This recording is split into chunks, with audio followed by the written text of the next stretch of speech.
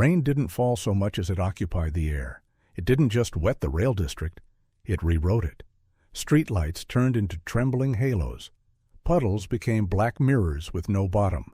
The wind shoved sheets of water sideways, forcing everything living to lean a few degrees toward survival. Officer Ethan Cole drove slow anyway. Not because he feared weather, because weather made people bold. Bad visibility made the wrong people brave, brave enough to do things they wouldn't do under clean skies and watchful eyes.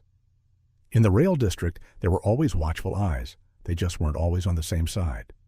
Beside Ethan, K-9 Shadow sat upright in the passenger seat of the unmarked unit, posture perfect.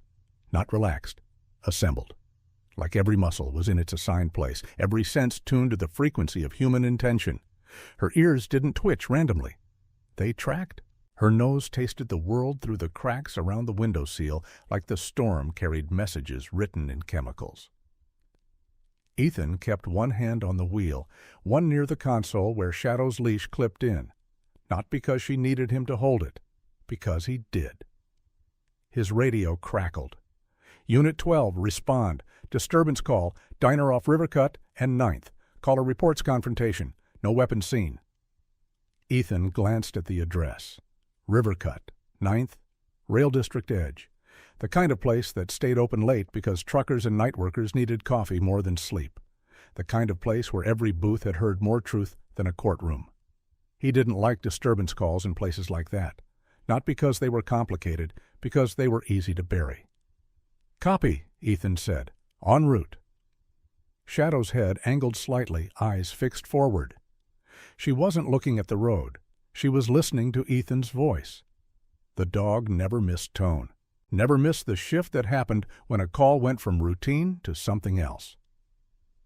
Ethan didn't talk to fill silence. Silence had its own utility. He'd learned that the hard way. They rolled through the last intersection where the streetlights were still bright enough to pretend the city cared. Past that, the rail district swallowed them. Warehouses crouched behind chain-link fences, containers stacked like metal cliffs, tracks sliced through darkness like scars. The diner appeared in a smear of neon and wet asphalt. Rivercut Diner, open 24 hours. The sign buzzed like a tired insect. Ethan parked, angled toward the exit. Habit. Always give yourself a way out. The windshield wipers moved like metronomes, clearing a narrow corridor of visibility. Shadow stayed still, watching the glass, reading reflections. Ethan clipped the leash, opened the door, and the storm hit him like a wall. Warm rain, cold wind, the smell of wet steel and diesel and old coffee. Inside, the air changed. Not in temperature, in pressure. The bell over the door rang, and heads turned in the synchronized way people turn when they've learned to track authority without appearing obvious about it. Ethan noticed everything without looking like he did. A man at the counter holding his phone low, screen aimed toward the far booth like he was trying to record without admitting it. A waitress standing too straight with her shoulders locked, not from good posture, but from restraint.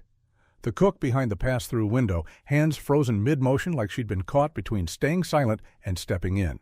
And, over by the windows, Dr. Lena Moore.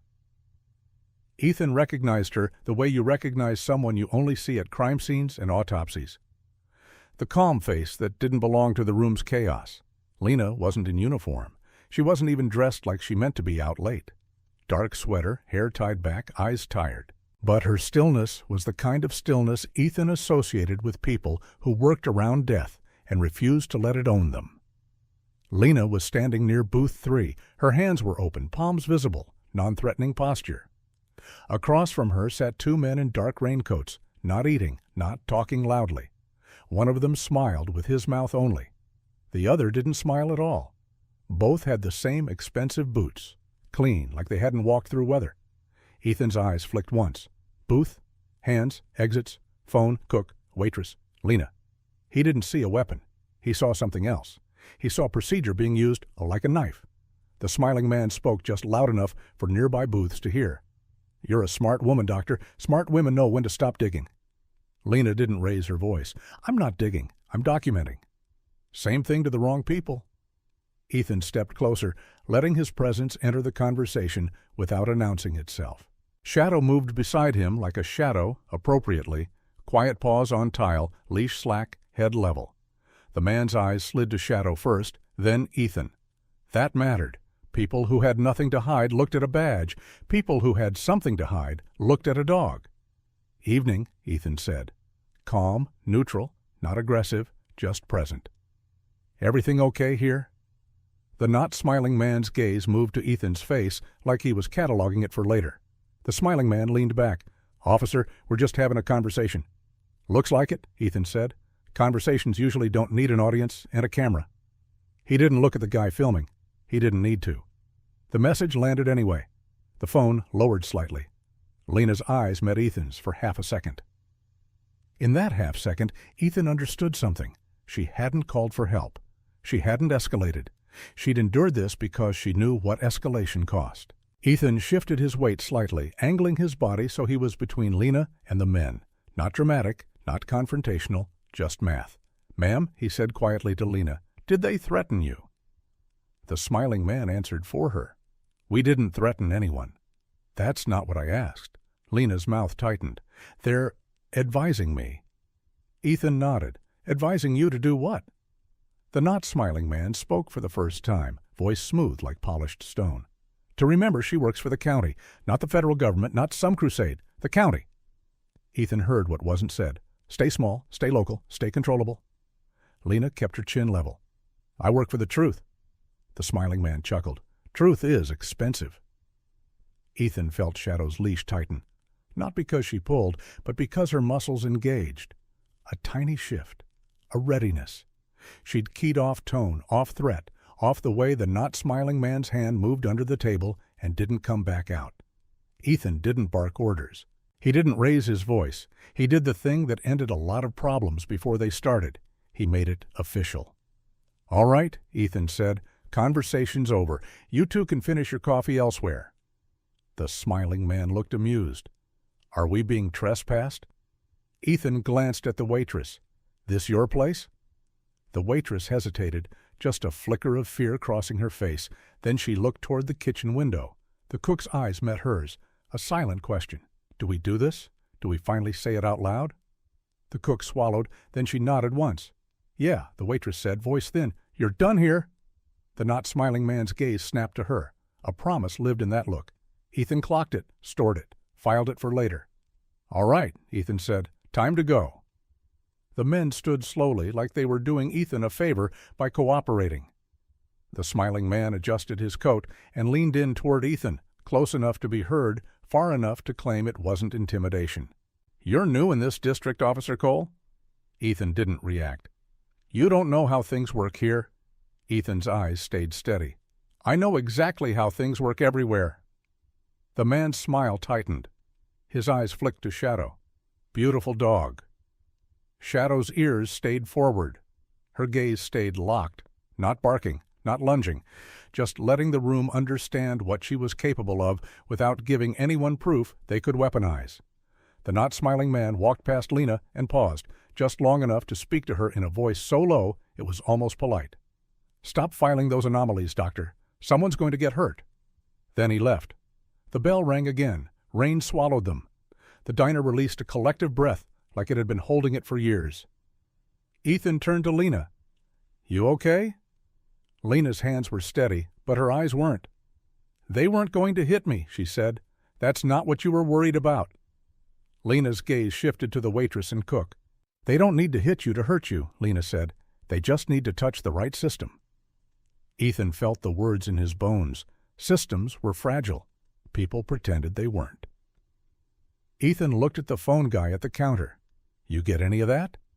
The man swallowed and shook his head too fast. "No, sir." Ethan didn't press him. Fear made liars of good people. That was how corrupt power survived. He turned back to Lena. "You came here alone?" "I was following a paper trail," Lena said. "And then they followed me." Ethan's eyes narrowed. "What paper trail?" Lena hesitated. Ethan didn't push immediately. He watched her decide whether he was safe. Shadow made the decision first. The dog stepped closer to Lena, not touching, not crowding. Just close enough that her warmth could be felt. A quiet signal. Inside the perimeter. Lena exhaled, barely audible. "Fentanyl," she said. "Cut patterns. Overdose spikes tied to rail shipments. It keeps showing up in my lab, and every time I flag it, the report gets redirected. Ethan's jaw tightened. Redirected by who? Lena's eyes flicked toward the window, toward the rain, toward the world outside that never needed to show its face to do damage. "I don't have names," she said. "That's the point. It's always contractors, middlemen, private security. People with badges that don't come from the city." Ethan knew that type. The ghost layer of authority, the ones who weren't accountable because they were never officially there. He looked at the cook. "You call this in?" The cook shook her head. "No, caller said a disturbance." Didn't say why. Ethan's gut tightened again. A vague call, a vague threat, a vague system, the kind of vague that ate towns from the inside. Ethan leaned closer to Lena, lowering his voice. "Go home. Don't drive straight there. Loop. Check your mirrors. If you see the same car twice, call me." Lena's eyes sharpened. "You think they'll follow me home? I think they already know where you live." Lena swallowed. Ethan glanced at Shadow. "You smell anything?" Shadow's nostrils flared. She turned her head slightly, nose working the air the way it worked a crime scene. Rain carried less scent, but it also carried new scent. Her body stiffened. One paw shifted. Ethan followed her gaze. Outside, through the wet glass, a black SUV idled at the curb with its headlights off. Not hiding, not running, just letting the diner see it, letting the diner remember who owned the night. Ethan felt the room's fear rise like a tide. Lena whispered, "That's them." Ethan's voice stayed calm. "Okay." He didn't draw his weapon. He didn't rush outside. He did the thing that mattered most in a room full of scared people. He stayed steady enough that steadiness became contagious. He guided Lena toward the back, toward the kitchen corridor where staff moved. "You leaving through the rear door?" The cook's eyes widened. "That door sticks." "I'll unstick it," Ethan said. He turned to Shadow. "Heel." Shadow moved like liquid, silent. Ethan opened the back corridor door, and the smell hit him. Grease, old mop water, and something sharp beneath it. Not kitchen sharp, chemical sharp. Shadow's head snapped toward a storage closet. Ethan's pulse did not spike. His mind did. He wasn't just here for intimidation. He was here for something bigger that had worn a mask. He looked at Lena. "You smell that?" Lena frowned. "What?" Shadow growled, low, controlled, not an announcement, a warning to Ethan alone.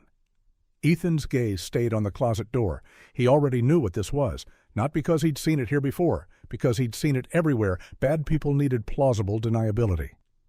He reached for the knob, and at that exact moment, his phone buzzed in his pocket. A notification. Internal Affairs. Ethan's eyes narrowed at the screen. Subject, immediate review. K-9 use of force, a bite allegation. Filed at 2:11 a.m. Time, now 2:14 a.m., 3 minutes. 3 minutes after two men walked out of a diner while a black SUV watched the windows. Ethan didn't need a detective board to understand the message. They weren't threatening Lena anymore. They were coming for Shadow. And Ethan, standing there in the back corridor of a diner that smelled faintly of chemicals, realized the story had already shifted. This wasn't a disturbance call. This was a test, and he'd just failed it by doing the right thing. He looked at Shadow. Shadow looked back. Amber eyes. Perfect stillness. The dog didn't ask questions. She didn't need to. She'd been trained for one thing, refined by 1,000 moments like this. Stay with the handler. Stay with the truth. Ethan pocketed the phone and made a decision that felt like stepping onto a frozen lake and hearing the ice hold. "Lena," he said, voice low, controlled. "You're leaving out the back, now." Lena's voice tightened. "Ethan, now." She moved. The cook opened the rear door with shaking hands, forcing it until it gave. Rain and darkness spilled in.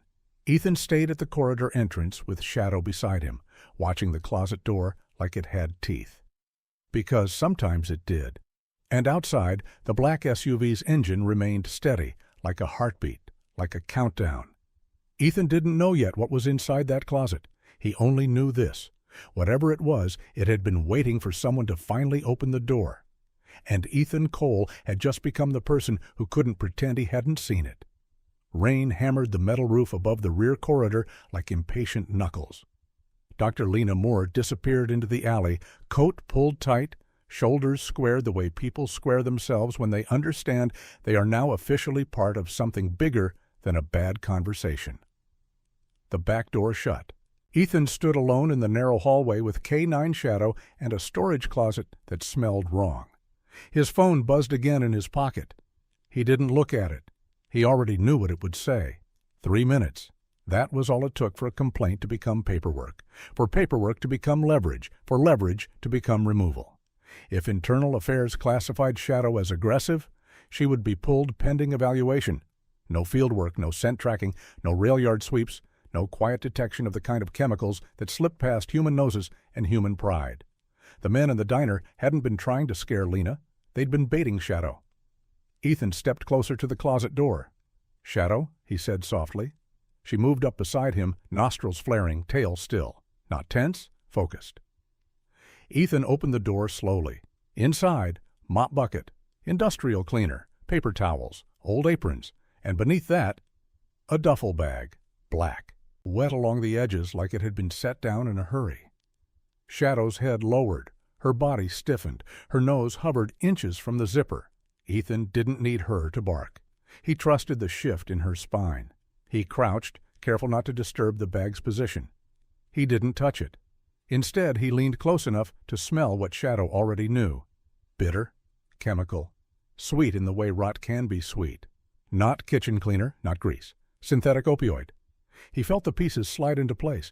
Rail district, private security contractors, Lena's misplaced fentanyl anomaly reports. And now? A stash bag sitting in the back of a diner where a forensic analyst just happened to be confronted.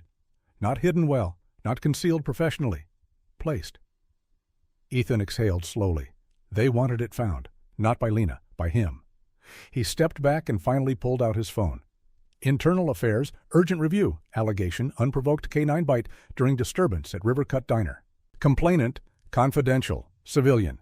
Immediate action, K9 Shadow to be surrendered for evaluation at 0800 hours.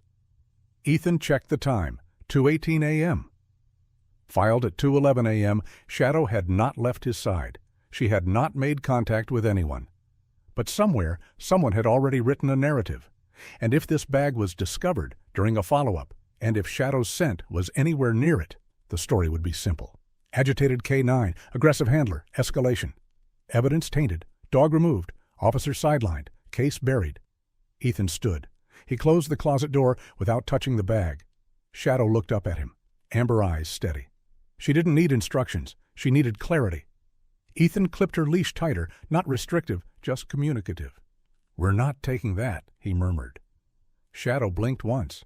Agreement. Ethan walked back through the kitchen and into the diner's main floor. The black SUV was gone. Of course it was. The waitress looked at him like she expected an answer. "Everything okay back there?" Ethan gave her the truth without the details. "No." He stepped outside into the rain and scanned the street. Empty. Except it wasn't. He felt it. The town had been trained to look quiet. He got back into the cruiser. Shadow jumped in beside him, shaking rain from her coat. He didn't start the engine immediately. He called Captain Maria Hayes. She answered on the second ring, voice thick with sleep but sharpened by habit. "Cole. IA complaint filed on Shadow. Bite allegation." Pause. "You make contact?" "No. Witnesses?" "Plenty. None who'll speak." Another pause, longer this time. "What else?" Maria asked. Ethan appreciated that. She didn't waste time pretending this was isolated. "There's a duffel bag in the diner's rear storage closet," he said. "Smells like fentanyl." "You touch it?" "No." "You document it?" "Not yet." Silence hummed on the line. Maria understood what he wasn't saying.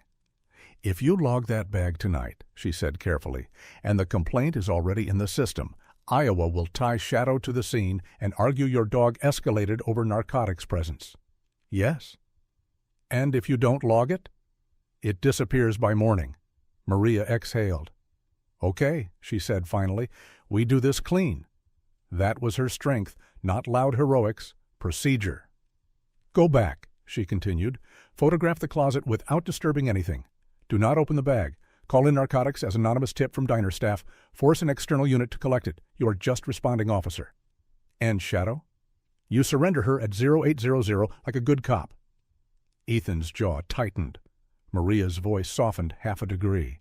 They want you emotional. They want you reactive. They want Shadow labeled dangerous so she can't sniff the rail yard. Ethan stared through the rain-streaked windshield.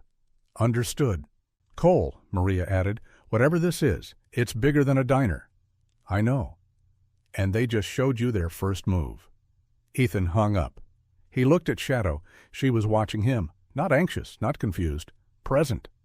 Okay, he said quietly, we stay clean. 3:07 M. An external narcotics unit rolled up to the diner. Ethan stood outside under the awning, rain dripping from the edge. Shadow sat at heel. The narcotics sergeant, older, sharp-eyed, stepped out of his vehicle. You called this in? Diner staff reported suspicious bag in storage closet, Ethan said evenly. I advised them not to touch it. The sergeant nodded. He didn't look surprised. He didn't look shocked. He looked tired. They entered together. The bag was still there, untouched. The sergeant unzipped it with gloves. Inside, brick packages, stamped, vacuum-sealed, professional. He let out a low whistle. Somebody's getting bold. Ethan didn't answer. Shadow remained motionless. The sergeant glanced at her. Dog alert? Ethan shook his head. Didn't deploy. That mattered. The sergeant studied him for a second too long, then nodded. All right, we log it. Evidence was photographed, tagged, removed. Shadow never moved. The bag left the building, but the smell lingered. Not chemical, political. 7:32 a.m., Department Headquarters Internal Affairs was never dramatic. It was fluorescent lighting and neutral walls and chairs designed to discourage comfort. Ethan walked in with Shadow at his side. Officers in the hallway glanced once and then looked away. Word traveled fast. IA Captain Wilkes waited in a small conference room. He didn't offer a handshake. Officer Cole, K9 Shadow. Ethan unclipped Shadow and gave the command. Down. She lay beside his chair, chin resting on paws. Perfect. Wilkes opened a file. We received a complaint at 2:11 a.m. alleging your K9 lunged and made contact with a civilian during a disturbance. Shadow did not lunge or make contact. Complainant states otherwise. Complainant present in diner? Yes. Name? Confidential. Ethan didn't blink. Wilkes leaned back. You understand how this looks? Yes. Given the narcotics recovery at the same location, we must consider whether your dog reacted aggressively due to drug presence. Ethan's pulse didn't change. Shadow's breathing stayed slow. She did not deploy, Ethan said. We'll evaluate that. Wilkes slid a document across the table. Shadow will remain in kennels pending behavioral assessment. There it was. Removal. Ethan didn't argue, didn't protest, didn't show teeth, because that was what they wanted. He clipped Shadow's leash and stood. Where? Training unit. Ethan knelt beside Shadow before handing her off. He didn't hug her, didn't dramatize. He placed one hand on her head. Stay, he said. Shadow's ears flicked once. Assignment accepted. 2 handlers led her away. She did not resist. She did not look back, because Shadow trusted math. And the math right now said, handler stays calm, dog stays steady. Ethan watched until she disappeared down the corridor. Then he turned back to Wilkes. Anything else? Wilkes studied him. You seem remarkably composed. Ethan met his eyes. I know the difference between a mistake and a setup. Wilkes' expression didn't change. Be careful with that word, officer. Ethan walked out without another sentence. 9:18 a.m., Forensic Services Dr. Lena Moore stood over a steel table, gloved hands steady, eyes sharper than the fluorescent lights. Ethan entered quietly. She looked up once. They moved fast, she said. Yeah? She removed her gloves. The bag from the diner? In processing. Lena nodded. It matches. Ethan waited. She continued. The anomaly patterns I've been flagging. Same chemical signature, same cut ratio, same stabilizer. Rail shipments? Yes. Ethan leaned against the counter. Where are the reports? Lena gave him a look that carried 18 months of frustration. Redirected. By who? Evidence Transport Audit Team. Ethan's eyes narrowed. Private contractors? Yes. Who signs their clearance? Lena hesitated. Deputy Lucas Reed helped process one of their manifests last week. Ethan went still. Reed? He thought something was off, Lena said quickly. He came to me, quietly. Ethan exhaled. Good. Reed wasn't compromised. He was curious. Curious rookies were dangerous to the wrong people. Where is he now? Ethan asked. Evidence unit, morning inventory. Ethan pushed off the counter. I need to see him. 9:34 a.m., Evidence Unit Deputy Lucas Reed stood over a clipboard, brows furrowed. He looked up when Ethan entered. Sir, walk with me. They stepped outside into the corridor. You processed transport manifests last week? Ethan asked. Reed nodded. Private security outfit. Rail Link Solutions. What did you notice? Reed glanced down the hallway. They audit high-risk evidence transfers, he said quietly, but they only audit narcotics tied to rail shipments. Random? No. Logged? Some, not all. Ethan watched him carefully. Who authorized? Reed swallowed. Came through Captain Hayes' office. Ethan's jaw tightened. Maria wouldn't greenlight that without pressure. Lucas, Ethan said, to voice lower, I need you honest. Reed met his eyes. Sir, I think someone's using the audit system to strip reports. Ethan felt it. There it was. The shape of the war. Not loud, not violent. Procedural. Shadow's been pulled, Ethan said. Reed's eyes widened. On what? Bite allegation. Reed blinked. She didn't touch anyone. I know. Reed's face shifted. Anger, confusion, fear. They're isolating you, Reed said. Yes. Reed glanced toward the evidence lockers. What if the proof isn't in the reports? He whispered. Ethan stilled. What do you mean? Reed swallowed. I saw something in inventory yesterday. K9 training sleeve, logged as damaged, scheduled for disposal during audit. Ethan's pulse finally ticked upward. K9 sleeve? Yes, sir. Who logged it? Reed hesitated. Dr. Lena Moore. Ethan's eyes narrowed. She logs training equipment? No? Where is it? Locker 47B. Ethan moved. Reed followed. Locker 47B sat halfway down the wall. Ethan scanned the unit. Cameras, clerks, 2 contractors in gray jackets near the far end. Rail Link logo on the sleeves. Audit team. They were already here. Ethan kept his voice neutral. Open it. Reed keyed in his code. The locker door swung open. Inside, a K9 bite sleeve, standard canvas exterior, torn seam along one edge, marked for disposal. Ethan didn't touch it. He crouched. Shadow wasn't there to confirm what his gut already knew, but Lena had, and Reed had. He pressed lightly along the torn seam. Something solid inside, not foam, not padding, hard, small, hidden. Ethan stood. The contractors were watching now, subtle, but watching. Ethan turned to Reed. Log retrieval, he said calmly. Equipment reassignment. Reed nodded and began writing. One contractor stepped closer.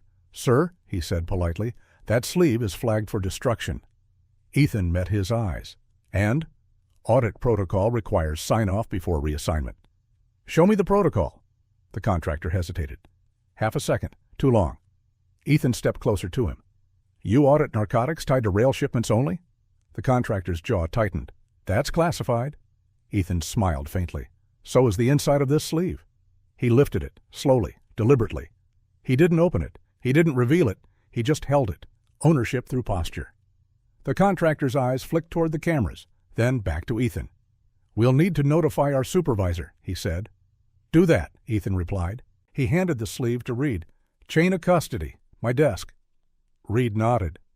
Ethan turned and walked away without looking back, because he didn't need to. The war had just moved from a diner to a locker, and for the first time since 2:11 a.m., Ethan felt the board shift back under his feet. They had tried to take his dog. They had tried to plant a narrative. They had tried to bury the reports. But they had made one mistake. They had hidden evidence inside something designed to train a K9, and nobody in that building understood K9 culture the way Ethan Cole did. He walked down the corridor toward his office, jaw set, mind clear. Shadow wasn't at his side, but she was still in the fight. And the sleeve in Lucas Reed's hands, that was no longer training equipment. That was a key. Ethan didn't go straight to his desk. He went to Captain Maria Hayes. Because in a procedural war, the first person you loop in, quietly, correctly, decides whether you survive the next move. Maria's office sat at the end of the hallway, glass panels that made it look transparent while still keeping everything inside carefully contained. She was already on her feet when he entered, jacket half on, coffee untouched. "You look like you found something," she said. Ethan didn't waste time. He set the K9 sleeve on the corner of her desk, still in Lucas's evidence bag, still logged, still clean. Maria's eyes narrowed. "That's training equipment. It's also a hiding place." Maria didn't touch it. She didn't have to. She'd learned long ago that the wrong fingerprint on the wrong object could become someone else's story. Ethan spoke softly. "Lena logged it as damaged, scheduled for disposal during the audit." Maria's expression hardened. "They're disposing K9 gear now?" "No, they're disposing what's inside it." Maria's gaze shifted to Ethan. "Shadow's still in kennels." "Yes." Maria's jaw tightened. "Of course she is." Ethan leaned forward just enough to make it personal without making it emotional. "We're on a clock." Maria's eyes flicked to her computer. "The audit team is here today." "They're not auditing," Ethan said. "They're scrubbing." Maria stared at the sleeve for a long moment, then looked at Ethan with the pragmatic empathy that made her dangerous. "Okay," she said. "We do this correct." Ethan nodded. "I need you to authorize me to open it with Lena present." Maria didn't answer immediately. She tapped a pen once against the desk, thinking, not stalling. "If we open it," she said, "we do it under lab protocol. Lena documents, Lucas documents, everything time-stamped. Then we move it into secure forensic lockup outside the evidence unit, away from the audit team." Ethan's eyes stayed steady. "And Shadow?" Maria's gaze softened by a fraction. "I can't override IA, not without giving them a reason to claim interference." Ethan didn't like that, but he understood it. Maria stood fully, squared her shoulders. "I can, however," she said, "be present when you request to deploy Shadow on the next step of this investigation." Ethan's attention sharpened. "Next step being?" Maria's eyes cut toward the window, toward the rain, toward the rail district skyline in the distance. "The rail yard," she said. Ethan nodded once, because that was always where this was headed. 11:06 a.m., Forensic Services Lab. Dr. Lena Moore met them at the lab door like she'd been waiting there for years. Lucas Reed stood behind her, trying to look calm and failing, in the way rookies always failed. Too much breath, too much blinking, too much energy trapped in a body, pretending it wasn't scared. Lena held out her gloved hands. Maria gestured to the sleeve. "Your item, your protocol." Lena didn't smile. She didn't perform relief. She moved like someone who had learned that hope was useful only if it came with documentation. She placed the sleeve on the steel table and turned on a camera. "Evidence opening," she said aloud for the recording. "K9 training sleeve, marked damaged, previously logged by me, retrieved from evidence inventory, chain of custody, verified by Deputy Lucas Reed, Officer Ethan Cole, and Captain Maria Hayes present." Maria watched, arms folded. Ethan watched, hands still. Lena took a scalpel and sliced the torn seam open another inch. Careful, controlled. Not because the sleeve mattered, because what was inside did. She reached in and pulled out a small object wrapped in black tape, not a USB drive, not a phone. A thin, rectangular memory module, industrial grade, like the kind used in portable surveillance systems and transport logs. Lena's breath caught, just once. Then she became lab again. She rotated it under the light. "Data storage." Ethan's gaze stayed fixed. Maria's voice was quiet. "You hid this." Lena didn't deny it. "I didn't want it to disappear." Lucas swallowed. "What is it?" Lena's eyes lifted. "Manifest scans." Ethan felt his chest tighten. "Every time RailLink collected evidence tied to rail shipments," Lena continued, "I ran a parallel capture, scanner to memory. Not networked, not retrievable by their audit software." Maria's jaw set. "You built your own shadow chain of custody." Lena's mouth tightened, because the official one was being rewritten. Ethan leaned in slightly. "Does it show where shipments are coming from?" Lena nodded. "It shows where evidence is going before it becomes a lost." She slid the module into a secure reader attached to a lab laptop. The screen filled with time-stamped entries, routes, container numbers, pickup codes, signatures. Ethan watched the pattern the way he watched crime scenes, not for the loud detail, for the repeating one. Lena pointed. "Here, these are audit transfers." She highlighted a cluster. Always the same contractor ID, always the same rail yard sector. Maria's gaze narrowed. Sector? Lena read.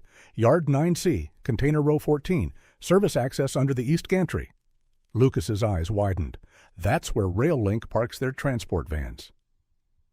Ethan's mind went cold clear. That wasn't just an evidence route. That was a destination. A place where records went to be edited, stripped, or destroyed, out of sight, under the noise of freight and rain. Maria's voice lowered. If we move on this, we need Shadow. Ethan didn't speak. His throat tightened. Not from doubt. From the reality that the dog who could finish this was locked in a kennel because someone filed a lie at 2:11 a.m. Lena looked at Ethan. They're expecting you to hesitate. Ethan met her eyes. I'm not. Maria nodded once. Good. Then she did something Ethan didn't expect. She took out her phone and called Internal Affairs. On speaker. IA Captain Wilkes answered with the same neutral tone he used to turn living things into paperwork. Wilkes. Captain Hayes, Maria said, I'm requesting temporary controlled deployment of K9 Shadow under my supervision for an active investigation into evidence tampering. There was a pause. Wilkes' voice remained smooth. Captain, the K9 is under evaluation hold. Evaluation hold doesn't supersede operational necessity, Maria said. Not when the K9 is a primary detection asset and the incident in question is directly tied to the investigation. Another pause. You're asking for an exception. I'm asking for procedure, Maria corrected. Controlled environment, leashed at all times, body cam, multiple witnesses, and I will sign for her. Silence. Then Wilkes exhaled. You're making a choice, Captain. Maria's voice didn't change. So are you. A longer pause. Fine, Wilkes said. 2-hour window. Then she's back. Maria ended the call without thank you. She looked at Ethan. Go get your partner. Ethan's pulse finally surged. Not panic. Purpose. 12:02 p.m. K9 Kennels. Shadow rose the moment Ethan entered. She didn't bark. She didn't whine. She didn't spin. She simply stood, ears forward, eyes locked, body assembled, like she had been waiting for the mission to come back. Ethan knelt, pressed his forehead briefly to hers, a touch no one else would understand. I'm here, he murmured. Shadow's tail moved once. Not excitement, acknowledgement. Maria signed paperwork in front of Wilkes without blinking. Lucas stood behind Ethan, watching Shadow like he was seeing what competence looked like when it wasn't theoretical. Lena remained quiet. She didn't pet Shadow. She didn't distract her. She respected the dog's work. Ethan clipped Shadow's leash. Heel. Shadow moved into place. Together again. The air felt different, like the equation had rebalanced. Maria looked at her watch. 2 hours, we use them. Ethan nodded. We will. 12:46 p.m. Rail Yard 9C. The rail yard didn't look like a crime scene. It looked like a machine, huge, indifferent, loud enough to hide anything. Containers stacked like city blocks. Cranes swung overhead in slow arcs. The ground was slick with rain and oil. Ethan parked the unit a block out and cut the headlights. Maria sat in the passenger seat, face calm, eyes sharp. Lucas sat in back with Lena, trying to keep his hands from shaking. Ethan looked at them through the rearview mirror. This is not a hero moment, he said. This is discipline. Lucas nodded too fast. Yes, sir. Ethan turned to Shadow. Her nose was already working. Search, Ethan said softly. Shadow stepped out and immediately oriented, head low, nostrils flaring, tail controlled. Ethan followed with leash slack, but ready. Maria kept pace beside him. Lena and Lucas stayed back by the vehicle until Ethan signaled them forward. The first scent trail wasn't hard. Even rain couldn't erase chemistry. Shadow pulled them toward the east gantry, exactly as Lena's data had indicated. Row 14, container line, service access gate.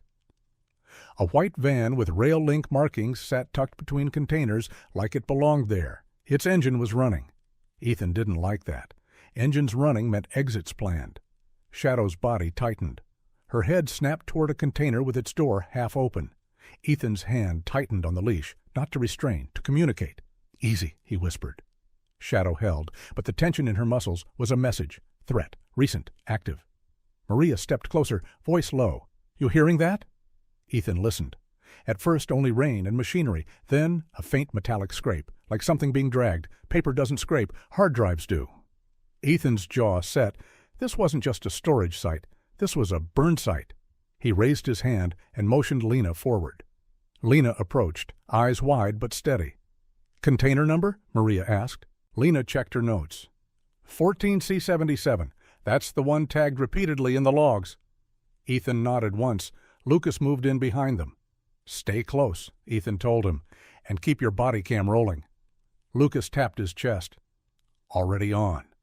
Shadow growled, low and controlled. Ethan froze. So did Maria. Something moved inside the container, a shadow behind a stack of crates. Then a voice, male, sharp, irritated. "Hurry up. We're late." Another voice answered, muffled. "It's soaked. The shredder's jammed." Ethan glanced at Maria. This was no longer surveillance. This was active destruction of evidence. Maria's voice was barely audible.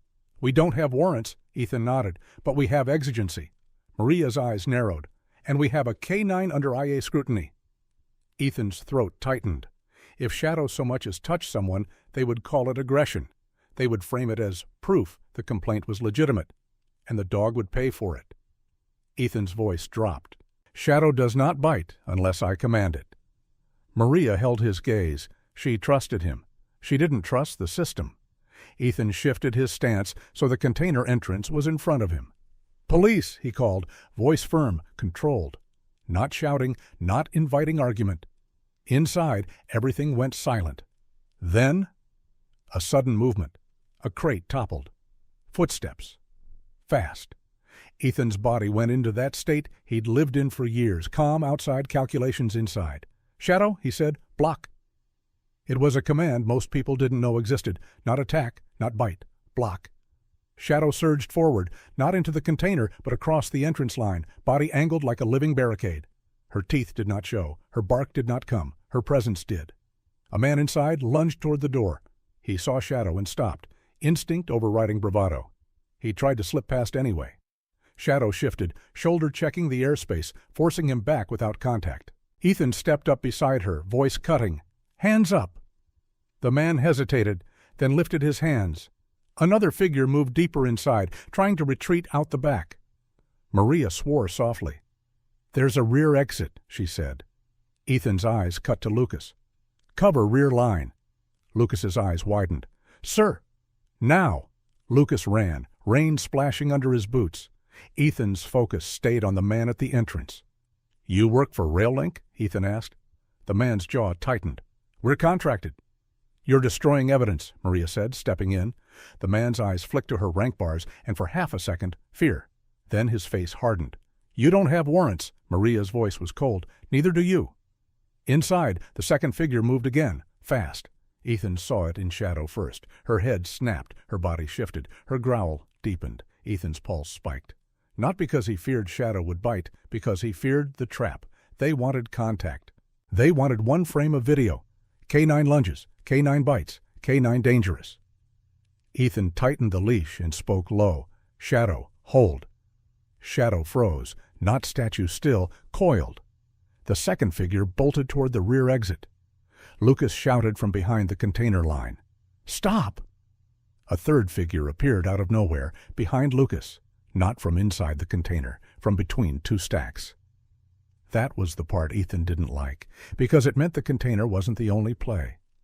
Lucas stumbled back, and the third figure grabbed him, yanking him hard toward the shadows between containers. Lucas cried out. Maria moved instinctively. Ethan caught her arm. "No!" Maria snapped her head toward him. "Lucas, they want us split," Ethan said, voice razor calm. "They want Shadow away from me. They want contact." Maria's face went pale with anger. Ethan's eyes locked on Shadow. This was the knife edge. Lucas was being dragged. The rear runner was escaping. The entrance man was bait. And Shadow, under IA scrutiny, was the only tool Ethan had that could stop this without turning into a headline. Ethan made a choice, not the loud one, the correct one. "Shadow," he said, voice precise, "track Lucas."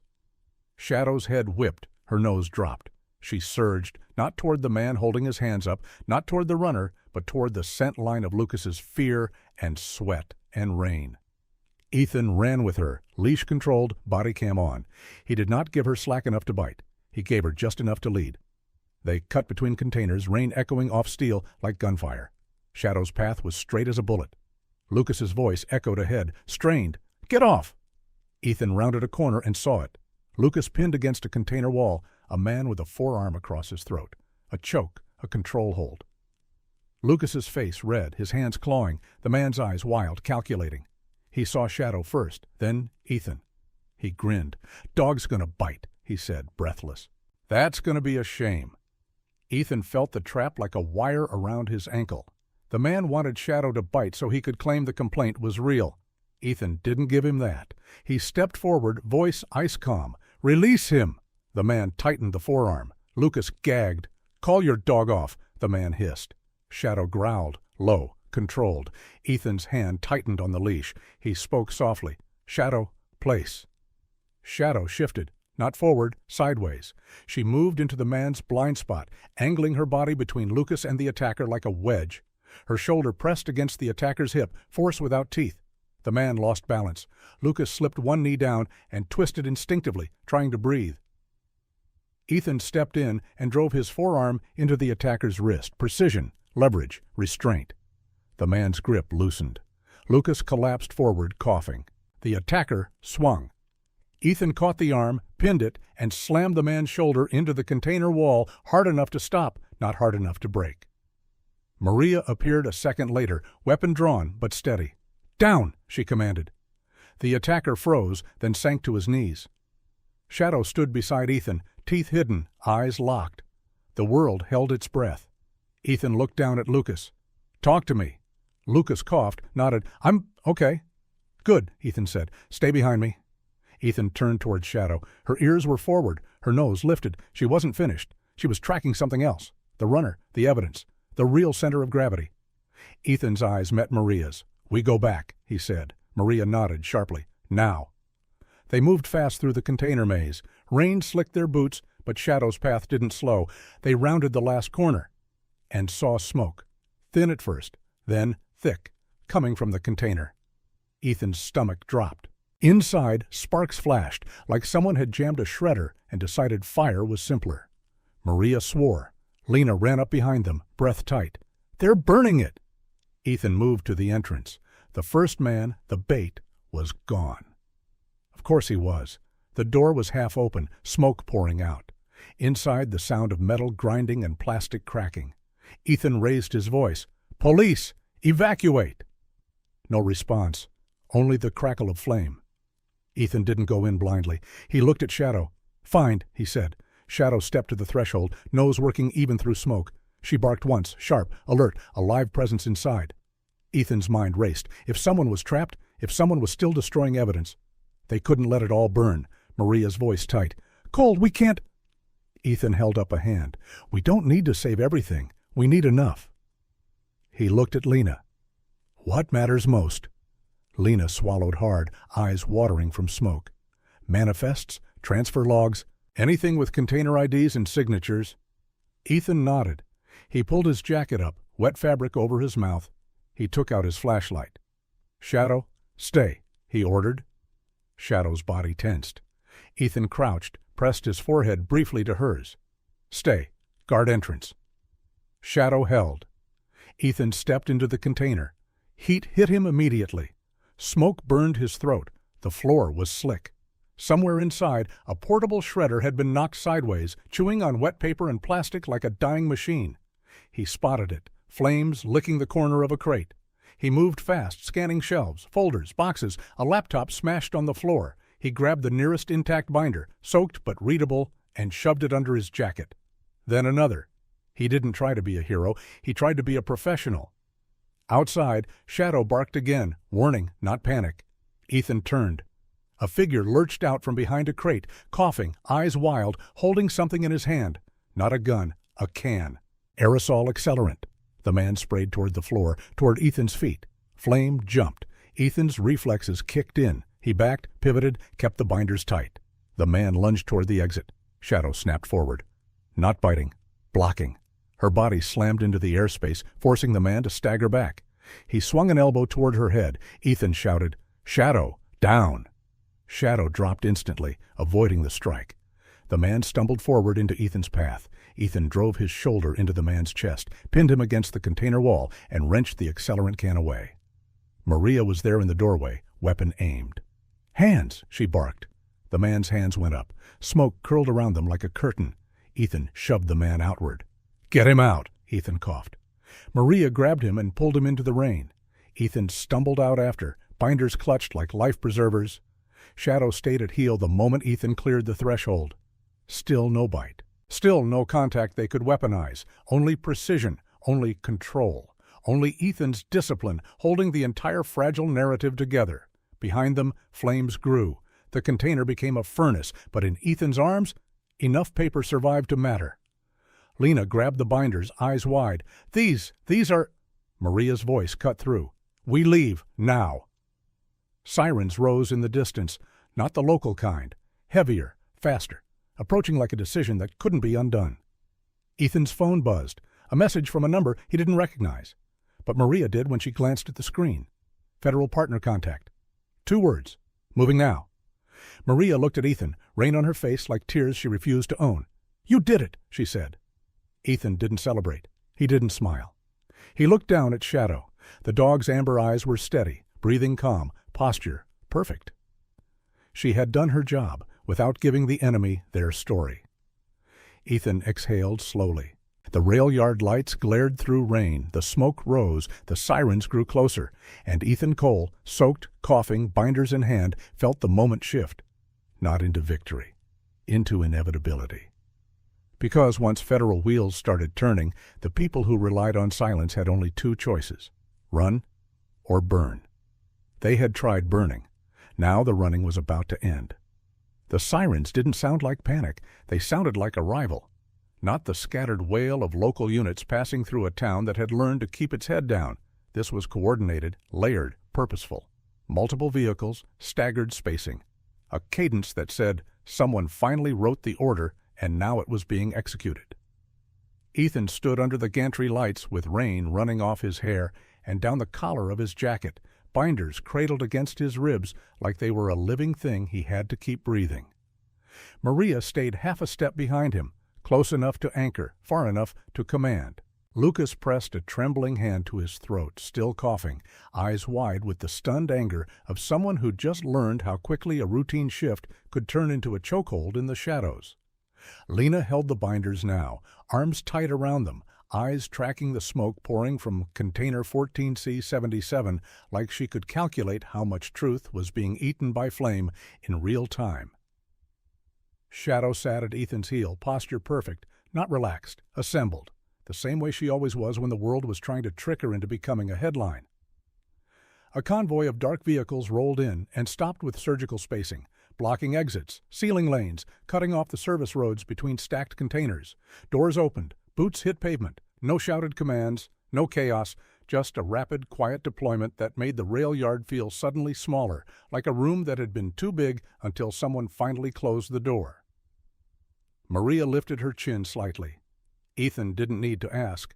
He could feel it. This was the moment where the wrong people stopped owning the perimeter. A figure approached from the lead vehicle. No name, no badge flashed for the cameras, no theatrics. Just an ID held low, angled toward Maria first, then Ethan. Maria didn't smile. She didn't relax. But something in her shoulders eased by a millimeter. "You're late," she said. The figure spoke quietly, professional. "We moved as soon as we got your message." Maria nodded once toward the burning container. They were destroying evidence. The figure's gaze flicked to Lena and the binders in her arms. "How much did you recover?" Lena answered, before anyone else could.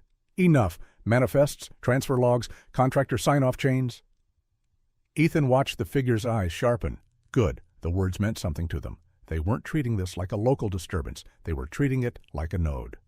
The figure spoke into a radio. "Seal the yard. Lock down rail link vehicles. Pull contractor IDs and match to transfer logs. We need cameras, now." Maria gestured toward Lucas. "My deputy was assaulted, choked, attempted abduction." The figure's attention snapped to Lucas. "You need medical." Lucas shook his head too quickly. "I'm fine." Ethan's voice cut through, calm but final. "He needs documentation." Lucas blinked. Maria nodded. "Photograph his neck. Record his statement. The truth here lives in paperwork." Lucas swallowed and nodded again, slower this time. The figure turned to Ethan. And you're Officer Cole. Ethan didn't answer like it was a compliment. Yes. The figure glanced at Shadow. And that's the K-9. Ethan felt it, the subtle weight shift, the delicate pressure point, the dog, the rumor, the complaint. He didn't flinch. She is. Rain hissed against hot metal as the burning container continued to belch smoke. A crew moved in with extinguishers, but Ethan already knew. Whatever was inside was either ash or about to become it. Maria stepped closer to Ethan, low voice meant only for him. "This is where it gets dangerous," she murmured. Ethan kept his eyes forward. "It's been dangerous." Maria's mouth tightened. "I mean politically." Ethan understood. Federal presence didn't always protect you. Sometimes it made you a liability.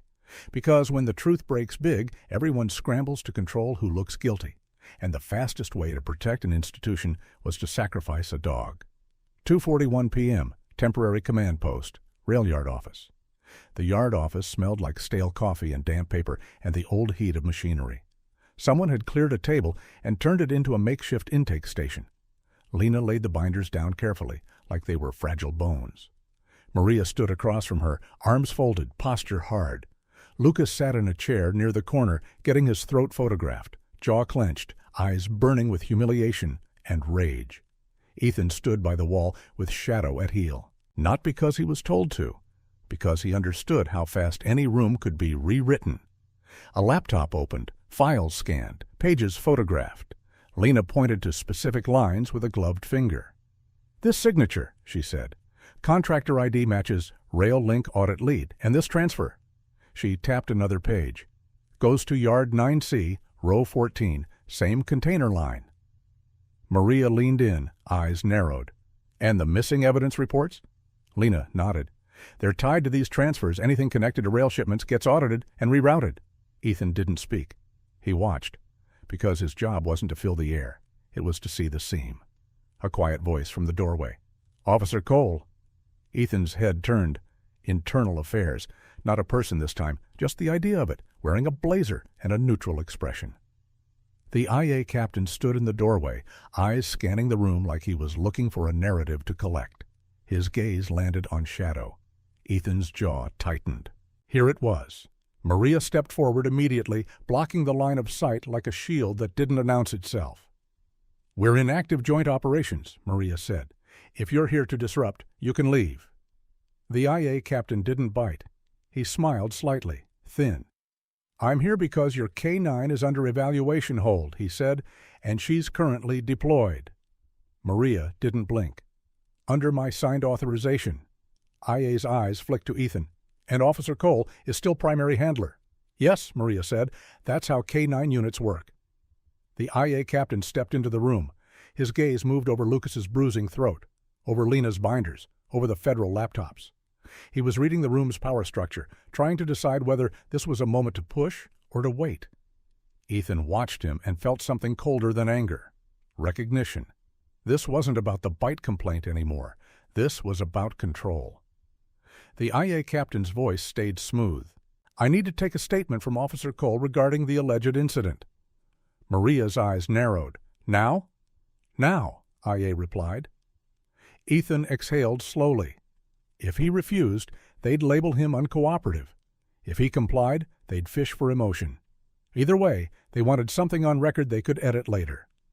Ethan stepped forward. Shadow stayed at heel. "Okay," Ethan said. Maria's gaze snapped to him. A warning. Ethan gave her a look that said, "I can handle this." He had handled worse than a room and a lie. The IA captain opened a folder. "Did K-9 Shadow make physical contact with any civilian at Rivercut Diner at approximately 2:05 a.m.? No. Did she lunge? No. Did she bare teeth? No. Did she vocalize?" Ethan paused half a beat. "Low growl while under command." IA's brows lifted. "Growling is an escalation behavior." Ethan's voice stayed flat. "Growling is communication. She was commanded to hold. She held." IA looked down at his notes like he already knew what he was going to write. "Did you deploy Shadow to search the diner for narcotics?" "No." "Were narcotics recovered from the diner?" "Yes," Ethan said evenly, "by an external narcotics unit responding to a staff report." IA's eyes sharpened. "And your K-9 was present?" "She was," Ethan agreed. Leashed, controlled, no contact. IA leaned back slightly. So the narcotics were discovered in your presence. Ethan felt the trap again. Subtle, legal, bureaucratic. He chose precision. They were discovered despite my presence, Ethan corrected, because I did not touch the bag. IA's mouth tightened. Maria's voice cut in. He followed protocol. IA didn't look at her. This is an IA matter. Maria stepped closer. Everything here is a matter now. The federal figure at the laptop finally spoke, voice calm but carrying weight. Captain, they said to IA, we're executing an evidence tampering and obstruction investigation tied to this rail yard and rail link solutions. Anything that compromises our chain of custody will be documented as interference. The IA captain froze, just a fraction. But Ethan saw it. The first crack in confidence. Because IA was used to operating in quiet rooms, not in rooms where someone else had a bigger badge and a broader jurisdiction. IA swallowed. He looked at Ethan again. Your K-9 remains under evaluation hold, he said, softer now. Once your 2-hour window ends, she returns. Ethan nodded once. Understood. IA turned toward the door. But before he left, he paused, eyes on Shadow. She's a liability, he said quietly. Ethan's spine hardened. Maria's jaw tightened. Lena looked up from the binders, eyes sharp. Lucas's hands curled into fists. And Shadow? Shadow did what she always did in moments like this. She held, still, silent. A dog who understood better than any human in the room that restraint wasn't weakness. It was the only way to win without becoming the villain. The IA captain left. Maria exhaled through her nose. That was a probe, she murmured. Ethan's voice stayed low. They're looking for a reason. Maria looked at the binders. They won't get it, she said. Not if we keep writing the truth faster than they can rewrite it. 5:12 p.m., back at headquarters. Shadow returned to kennels at the end of the authorized window. No drama, no protest. Ethan walked her in himself, clipped her leash to the kennel ring, and knelt. Stay, he said. Shadow pressed her nose against his palm, brief, steady. Then she sat, ears forward, watching him like she was still on duty. Ethan stood. He didn't linger, because if he lingered, emotion would leak. And emotion was what the system used to label you unstable. Maria waited outside the kennels. Her face was hard, but her eyes were tired. Federal team moved, she said. Rail link vehicles seized, contractors detained, laptops recovered from one of their vans. Ethan nodded. And our binders? Already scanned, Maria replied. Lena's data is being mirrored off-site. Good. Truth duplicated was harder to bury. Maria leaned against the wall. IA's going to push, she added. Ethan looked at her. What do they want? He asked. Maria's mouth tightened. They want Shadow off the street. Ethan's throat tightened. Maria's voice softened. Not because she's dangerous, because she's useful to you. Ethan stared down the corridor. He thought about the rail yard, about Lucas's throat, about the accelerant can, about the way Shadow had blocked, placed, held, never once giving them teeth to photograph. Ethan spoke quietly. They won't take her. Maria didn't argue. Instead, she did something small and human. She placed a hand briefly on Ethan's shoulder. Go home, she said. Sleep if you can. You'll need your head clear. Ethan nodded once. He walked out into the rain. 6:03 p.m., Ethan's apartment. His place was spare, a couch, a kettle, a small shelf with a folded K-9 harness and an old photograph of Shadow as a younger dog, ears too big, eyes too serious even then. Ethan sat at the kitchen table and finally let his hands shake. Not from fear, from the effort of not shaking all day. He put his palms flat against the table and breathed, slow in, slow out. He'd trained himself for bullets and bombs and screams. Nobody trained you for paperwork meant to destroy the one thing that made you feel like you weren't alone in the dark. His phone buzzed. Maria. He answered. Talk. Maria's voice was quiet. They found something. Ethan's heart tightened. Where? In Rail Link's seized files, Maria said. A video. Ethan went still. Maria continued carefully. Security footage from the diner. Ethan's stomach dropped. From last night? He asked. Yes, Maria said, but not the angle you'd expect. Ethan's voice tightened. What does it show? Maria exhaled. It shows Shadow, she said. Leashed, under control, no contact. Ethan's eyes closed for a second. Maria's voice steadied. And it shows who filed the complaint. Ethan opened his eyes. Who? Maria's answer landed like a steel door closing. One of the Rail Link contractors, she said. The same one tied to transfer signatures in Lena's binders. Ethan's jaw clenched. Maria continued. Federal team flagged it as obstruction. False report to remove a K-9 asset. It's part of their case now. Ethan exhaled. Slow. Careful. Not relief. Not yet. Because even with proof, systems didn't apologize quickly. They just shifted blame quietly. Maria's voice softened. We're going to get Shadow back. Ethan's throat tightened. She's already back, he said, meaning she never left him. Not really. Maria paused. I'm proud of you, she said, and then corrected herself because Maria Hayes didn't do sentiment unless it mattered. I'm glad you didn't give them what they wanted. Ethan's voice was low. I wanted to. Maria didn't pretend she didn't understand. I know. A silence. Then Maria said, Get some sleep. Tomorrow is the cleanup. That's when the knives come out. Ethan nodded. Copy. He ended the call and stared at the table. Rain ticked against the window. The city hummed. And in a kennel across town, Shadow sat in perfect stillness, waiting for the next command, trusting Ethan to keep the story clean. Ethan stood and walked to the shelf where her harness hung. He ran his fingers along it like a promise. He didn't say anything, because sometimes saying it out loud gave the system something to twist. Instead, he made the decision silently, the same way he always did. He would show up. He would stay. And if they tried to rewrite him and his dog into villains, he would fight them with the only weapon that couldn't be disarmed. The truth, documented, duplicated, and placed into the world so it couldn't be shoved back into a closet. Morning didn't arrive like light. It arrived like a memo, gray, cold, official. Ethan walked into headquarters at 6:38 a.m. with his shoulders loose and his mind locked down. The kind of composure that wasn't calm because everything was okay, calm because everything was dangerous, and he refused to give it a shape that could be used against him. Captain Maria Hayes was already in her office. She didn't look up from the folder in her hands when he entered. She didn't have to. Ethan could feel the gravity in the room.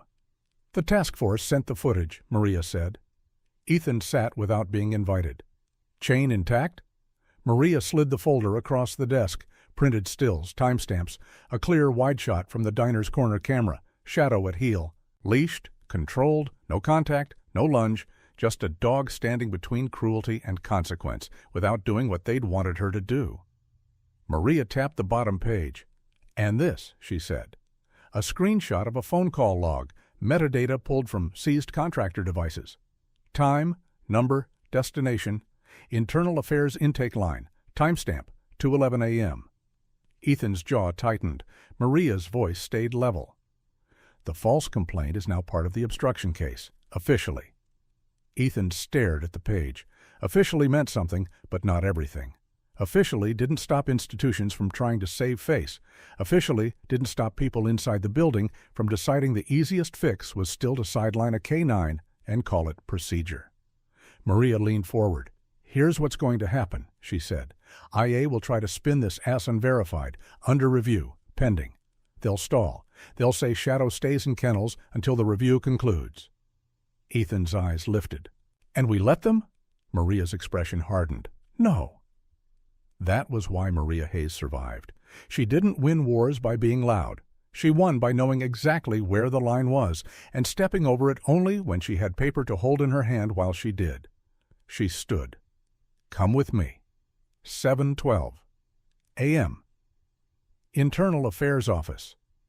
Internal Affairs offices always smelled like disinfectant and denial. Ethan walked in beside Maria with his hands empty and his posture full. Not aggressive, not pleading, just present.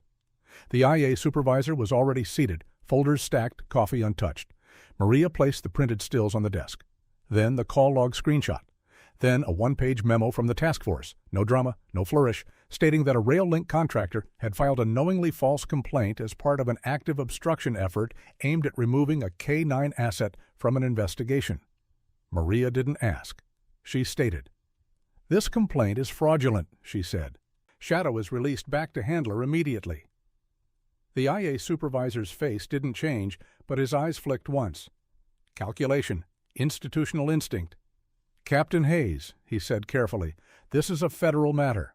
Our internal review— Maria cut him off. Your internal review was triggered by a lie filed by a suspect group now under investigation for evidence tampering. The IA supervisor tightened his jaw. We still have to follow procedure. Maria's voice cooled another degree. We are. Procedure says you can hold a K-9 if there is credible evidence of aggression. You have none. Ethan didn't speak. That mattered. He didn't give them a tone to label. Maria continued. You have video exoneration. You have metadata identifying the complainant as part of the obstruction effort. You have a federal memo. If you keep Shadow in kennels after this moment, you are not following procedure. You are interfering. The IA supervisor stared at the documents like they were burning his desk. He tried one more angle. Officer Cole's K-9 presence was tied to the narcotics discovery at the diner. Maria's eyes flashed. Those narcotics were planted, and you know it. Silence. Then Maria delivered the quiet kill shot. I will sign an affidavit today stating that continued detention of K-9 Shadow after receipt of this evidence constitutes retaliatory action against an investigative unit, she said, and I will submit it to the task force as potential obstruction. Ethan watched the IA supervisor's throat move. Swallow. He looked at Ethan for the first time, not as a handler, but as a problem that wouldn't go away. Finally, the IA supervisor pushed back his chair. Fine, he said. Release the K-9. Maria didn't smile. Ethan didn't exhale. They both knew. Systems didn't apologize. They adjusted. Your dog will be returned, the IA supervisor added, voice clipped. Under observation. Maria's tone was flat. Observe all you want. Just don't touch her. 7:41. AM, K-9 Kennels. Shadow rose the second Ethan entered. Not frantic, not desperate, just ready. Ethan clipped her leash, knelt, and put his hand on her head. Good, he murmured. Shadow's tail moved once. Then she pressed her forehead into his palm, brief, steady. A report, a reminder. I stayed. Ethan stood, leash in hand, and for the first time in 24 hours, the building felt like it had air again. Maria watched from the doorway. Her face stayed hard, but her eyes softened. We're not done, she said quietly. Ethan nodded. I know. 9:05 a.m. Evidence Unit Deputy Lucas Reed sat on the edge of a desk, throat bruised, eyes sharp with sleeplessness. He looked up when Ethan and Shadow walked in. His posture shifted immediately, relief and pride colliding in the same moment. She's back, Lucas said. Ethan nodded once. She never left. Lucas swallowed and glanced at Shadow like he still couldn't believe a dog could be both weapon and restraint at the same time. I messed up, Lucas said suddenly. Maria was there too, leaning against the doorway, listening. Ethan didn't interrupt. He let Lucas speak. That was leadership. Lucas's voice tightened. I ran when you told me to cover the rear. I did what you said, but I didn't watch my six. I didn't see the grab. Ethan held Lucas's gaze. You didn't mess up, Ethan said. You got targeted. Lucas blinked. Same difference. Ethan's voice stayed calm. No, difference is intent. Lucas looked down at his hands. I thought the rail yard was just rust and noise, Lucas admitted. I thought the bad guys were the ones who yelled. Dale types. Not, he gestured weakly, not paperwork guys. Maria's mouth tightened. That's how they win, she said. They don't need violence if they can weaponize systems. Lucas nodded slowly, absorbing it. Then he looked at Ethan with something that wasn't rookie energy anymore. It was steel. What do I do now? Lucas asked. Ethan didn't hesitate. You stay useful, he said. You tell the truth clean. You document everything. And you don't let shame make you silent. Lucas's throat bobbed. Yes, sir. Shadow shifted at Ethan's heel, nose lifting. Her attention had changed. Not to Lucas, not to Maria, to the hallway, to movement, to something outside the room that didn't belong. Ethan's hand tightened on the leash. Maria saw it immediately. What is it? Ethan listened. Footsteps, measured, not officers, not rushed. A calm approach. Lena appeared at the end of the hall, walking fast but controlled, eyes bright with urgency she was trying to keep caged. She stopped in the doorway. We have confirmation, Lena said. Ethan's body went still. From the binders? Maria asked. Lena nodded once. The transfer signatures match internal authorization codes. Maria's expression hardened. Inside this department. Lena's voice stayed quiet, but it hit harder because it wasn't emotional, just accurate. Yes. Lucas looked between them. Who? Lena didn't answer with a name. She didn't need to. She held up a printed page, an authorization chain from the transfer logs mirrored to an internal system audit. One of the codes was a supervisory clearance key, a key that wasn't supposed to be shared. Maria's jaw clenched. Leadership, she said. Lena's eyes didn't flinch. Someone high enough to route evidence, high enough to make certain reports vanish, high enough to make an IA complaint move in 7 minutes. Ethan felt his blood cool. This wasn't just RailLink. RailLink was the hand. Someone here was the wrist.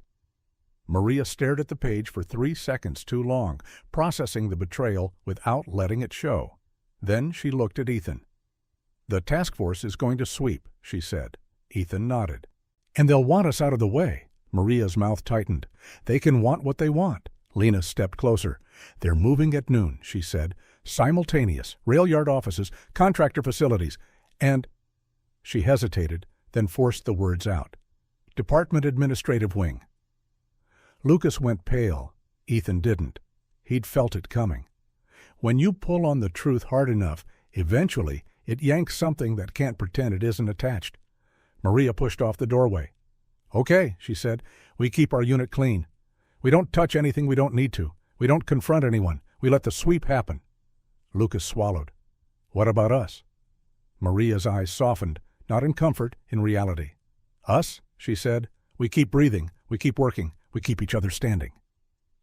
Ethan looked down at Shadow. Her ears were forward, her eyes steady, her body ready. He felt the familiar pull in his chest, the instinct to charge into the next fight. But this fight wasn't won by charging. It was won by staying disciplined while the system tried to bait him into breaking. He lifted the leash slightly. All right, he said. Shadow stepped closer. The unit moved together out of the evidence room, down the corridor, toward a noon that was going to reshape the building. Not with gunfire, with doors opening, files being seized, people being removed from offices in silence, so complete it would feel like the first honest quiet the department had ever had. 12:03 p.m., the sweep. Ethan didn't watch it from a window. He watched it from the floor, from the place where the aftermath mattered. He sat with Lucas in a small interview room, Shadow at heel, Maria standing in the doorway like a guard who didn't need a weapon to hold a line. The building's air changed. Footsteps multiplied. Voices became clipped. Doors opened and closed with a different weight. And then, a pause.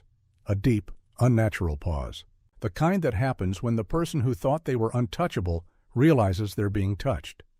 Lucas's hands shook once. Ethan reached out and pressed 2 fingers against Lucas's wrist. Not comforting.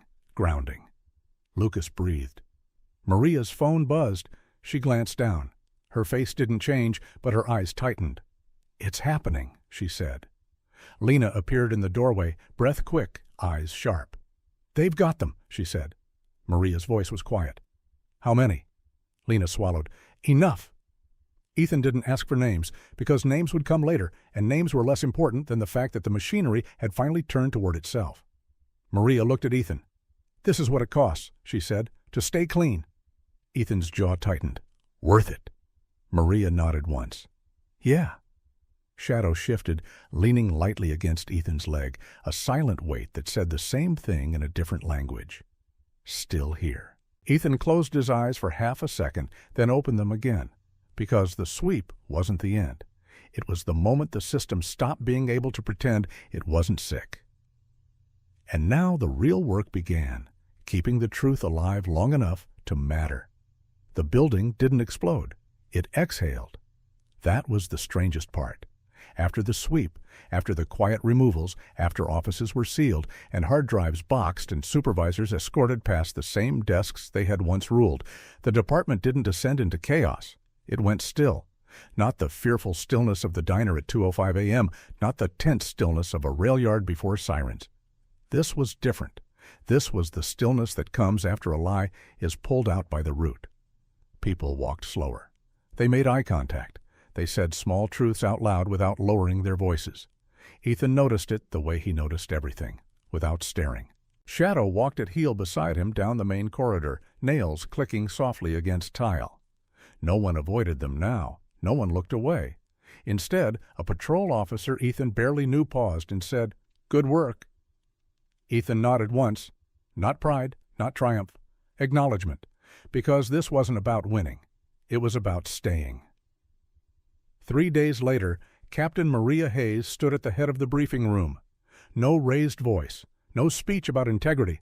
Just a new roster posted on the board. Interim command assignments. Evidence oversight redistributed. External audit partner embedded. Not rail link, not contractors. Actual independent review. Maria's tone was simple. "We're not here to celebrate," she said. "We're here to rebuild." Lucas sat 2 rows back, throat bruise fading yellow at the edges. He didn't look like a rookie anymore. Not because he'd hardened, because he'd seen something. When Maria finished, she didn't ask for applause. She dismissed the room. Ethan stayed seated. Shadow lay beside his boot, chin on paws, listening without looking like she was listening. Maria approached. "Task Force is filing formal charges," she said quietly. "Evidence tampering, obstruction, false reporting, conspiracy." Ethan nodded. "IA?" he asked. Maria's mouth tightened. "Restructured," she said. "Oversight expanded. You won't see the same faces." Ethan didn't smile. He didn't need to. "Lena?" he asked. Maria's expression shifted, something like respect. "She's publishing a formal internal report," Maria said. "Full anomaly timeline, rail shipment pattern analysis, every R-directed file logged and mirrored externally." Ethan exhaled slowly. "Good," Maria studied him. "You did exactly what they were hoping you wouldn't," she said.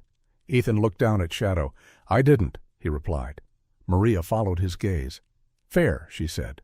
"Forensic Services, later that afternoon, Doctor." Lena Moore stood at her workstation, finalizing a report that would outlive all of them. When Ethan entered, she didn't stop typing. "I included the diner incident," she said. Ethan raised an eyebrow. "Why?" "Because intimidation is data," Lena replied, "and silence is part of the pattern." Ethan leaned against the counter. Shadow sat, ears forward. Lena finished a paragraph, then turned slightly toward him. "You know what almost happened?" she said quietly. Ethan nodded. "They wanted Shadow to bite." "Yes." "And you wanted her to." Ethan didn't lie. "For a second," he said. Lena studied him.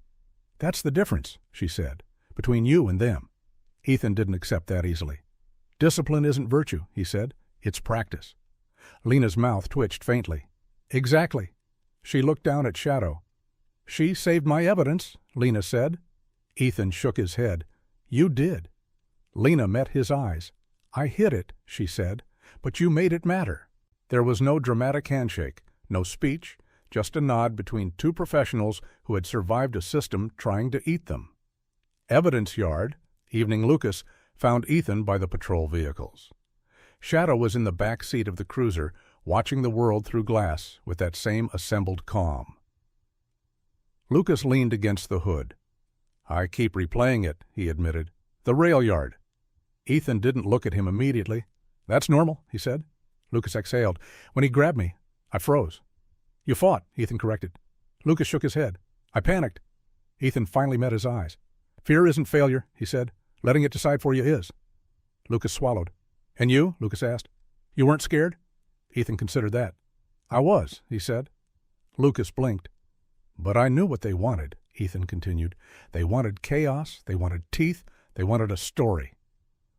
Lucas looked at the cruiser window where Shadow sat. "And you didn't give it to them." Ethan shook his head slightly. "She didn't," he said. Lucas studied the dog for a long moment. "How do you trust something like that?" he asked quietly. Ethan's voice softened by half a degree. "You don't," he said. "You train. And then you show up enough times that trust becomes muscle memory." Lucas nodded slowly. He stood straighter when he left. Not because he felt fearless, because he understood fear had a place, and it wasn't at the wheel. Ethan's apartment, that night. For the first time all week, the rain had stopped. The city outside felt different, quieter, but not in the way it had been when fear owned it. Ethan unclipped Shadow's harness and set it on the shelf. No radio, no phone buzzing, no sirens. He poured water into her bowl. Shadow drank, then turned and sat in front of him, head slightly tilted. Waiting. Not for a command, for acknowledgement. Ethan sat on the floor in front of her. No uniform now, no badge. Just a man and a dog in a small apartment. He placed both hands on either side of her head and rested his forehead against hers. No words. Shadow leaned into him. Solid. Warm. Alive. For one quiet moment, she wasn't a detection asset. She wasn't a liability on paper. She wasn't leverage in someone else's game. She was just his partner. And he was just hers. Ethan closed his eyes. He thought about the diner, about the rail yard, about the chokehold on Lucas's throat, about Maria standing in IA's office without blinking, about Lena slicing open the seam of that sleeve like she was cutting open a wound that had festered too long. He thought about the 2:11 a.m. complaint. 7 minutes. That was how fast a lie could move through a system. But it had taken days for the truth to catch up. Days of discipline, days of restraint, days of refusing to give in to the simple satisfaction of letting a dog solve a problem with teeth. Ethan exhaled slowly. "Good girl," he said. Shadow's tail thumped once against the floor, not excited, content. Outside, somewhere in the distance, a freight train horn sounded, low, long, a reminder that the rail yard still existed, that the world kept moving, that corruption didn't disappear forever, it retreated and waited. Ethan opened his eyes. He knew that. He knew this wasn't an ending. It was a reset. He stood, walked to the window, and looked out over the city lights. Shadow came to stand beside him without being called. Of course she did. He rested his hand on her back. "Real courage isn't loud," Maria had said.